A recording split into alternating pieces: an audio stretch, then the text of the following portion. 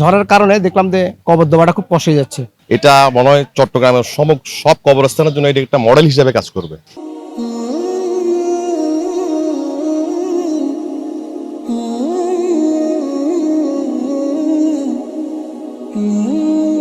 চট্টগ্রামে বর্ষা মৌসুমে টানা বৃষ্টিপাতের কারণে কবর খোঁড়ার কাজ প্রায়ই ব্যাহত হয়।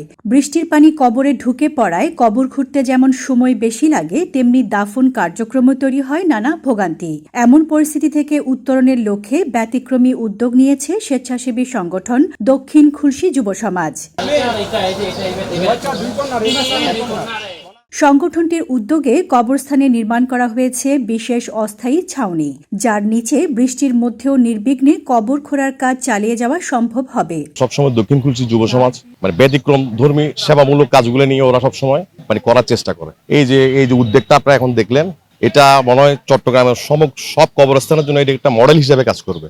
আপনার বর্ষাকালে আপনার এই যে মুর্দাদেরকে দাফন করার সময় যে সমস্যাটা হয়, এই সমস্যা থেকে আমাদের যুব সমাজের আমাদের ছোট ভাইরা মিলে যে উদ্যোগটা নিছে, এটা আসলে অত্যন্ত প্রশংসনীয়। এই যুব সমাজের কর্মকাণ্ডগুলো পরিচালিত হয় আমাদের যে সদস্য আছে ওদের নিজস্ব অনুদানের মাধ্যমে, ব্যক্তিগত অনুদানের মাধ্যমে আমাদের এসব কার্যক্রমগুলো হয়। স্থানীয়দের মতে দীর্ঘদিন ধরে বর্ষাকালে এই সমস্যার কারণে দাফন কাজে বিলম্ব হতো। বিশেষ করে প্রবল বর্ষণে কবরের ভেতর পানি জমে যাওয়ায় শ্রমিকদের অতিরিক্ত কষ্ট করতে হতো।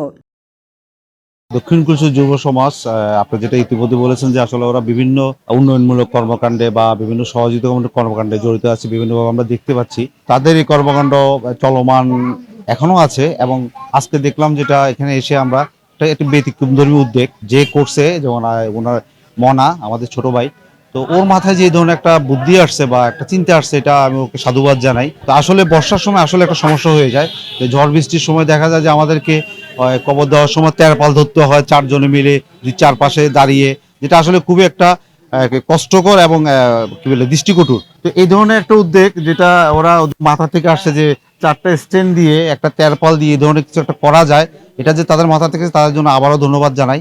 তো ওদের এই উদ্যোগগুলি যেন চলমান থাকে এবং মানুষের কল্যাণে কাজ, যে কোনো কল্যাণে তারা এগিয়ে আসবে, এই আশাবাদ ব্যক্ত করে বিশেষ ধন্যবাদ জানাচ্ছি খুলশী থানা যুব সমাজকে। আসলে আমাদের সমাজে আমরা এককভাবে কোনো কাজেই করতে পারি না, প্রত্যেকটা জিনিসের জন্য মানুষকে সংগঠিত হতে হয়।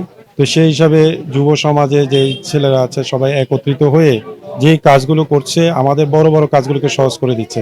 এবং আজকে কবরস্থানে আমি জিয়ারত করতে এসে যেটা উপলব্ধি করলাম, যে তাদের মাথার মধ্যে একটা সুন্দর চিন্তা আসছে যে বর্ষাকালে কিভাবে কবর খোঁড়া যায়, কিভাবে করে, এই যে জিনিসটা, চিন্তাধারাটা, আমি আসলে অবাক হয়েছি এবং অনুপ্রাণিত হয়েছি। এবং আমি আশাবাদী এবং তাদের দ্বারা সমাজে আমরা আরো অনেক কিছু করতে পারবো।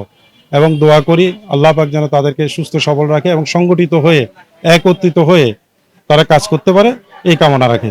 দক্ষিণ খুলশী যুব সমাজের সদস্যরা জানান, মানবিক দায়বদ্ধতা থেকেই তারা এই উদ্যোগ গ্রহণ করেছেন। আসলে আপনারা সকলে জানেন যে আমাদের দক্ষিণ খুলশী যুব সমাজটা 2020 সালে আমরা যাত্রা শুরু করি।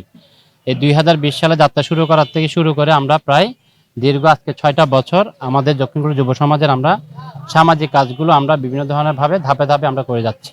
আমরা 21 সাল থেকে এই রাস্তার কাজটা শুরু করি, তখন কিন্তু এখানে প্রচন্ড কাদা ছিল, মাটি ছিল।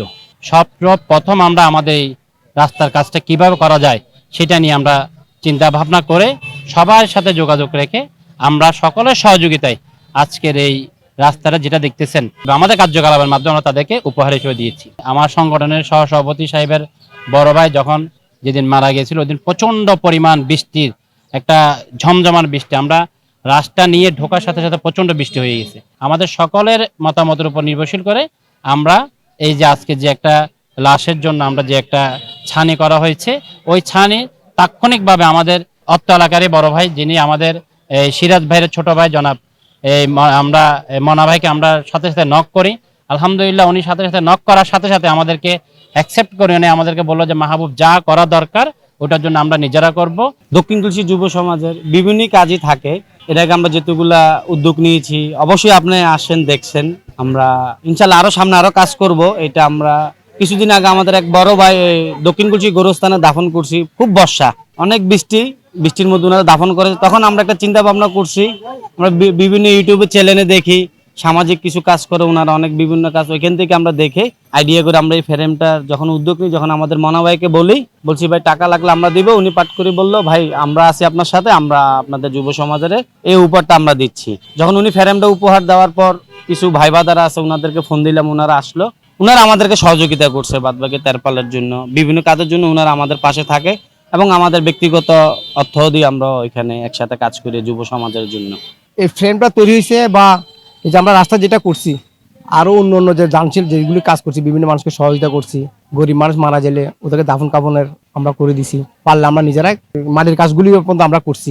ব্যতিক্রম কাজটা করছি যে, যেহেতু এটা এই ব্যতিক্রম কাজটা হচ্ছে, সে আমার ফ্রেন্ড ছিল, নাম হচ্ছে শেয়ার মাহমুদ, ওর বড় ভাই মারা গেছে। হঠাৎ করে মারা যাওয়ার কারণে দেখতেছি প্রচন্ড ঝড়ের কারণে দেখলাম যে কবর দেওয়াটা খুব পশে যাচ্ছে। পরে আমরা এর পরের দিন আমরা তৎক্ষণিক ডিসিশন নেওয়ার পরে মনাকে ফোন করলে মনা বললো যে ভাই এটা আপনাদের কিছু করা লাগবে না, পুরোপুরি সহযোগিতা আমি করবো। তা আমি আমার ব্যক্তিগতভাবে দক্ষিণ কুষ্টিয়া যুব সমাজের পক্ষ থেকে আমি ধন্যবাদ জানাচ্ছি মনাকে। স্থানীয় বাসিন্দারা এই উদ্যোগকে সময়োপযোগী এবং প্রশংসনীয় বলে উল্লেখ করেছেন। তাদের মতে বর্ষাকালে দাফন কার্যক্রমে মানুষের যে দুর্ভোগ তৈরি হয়, এই ছাউনি তা অনেকাংশে কমিয়ে আনবে।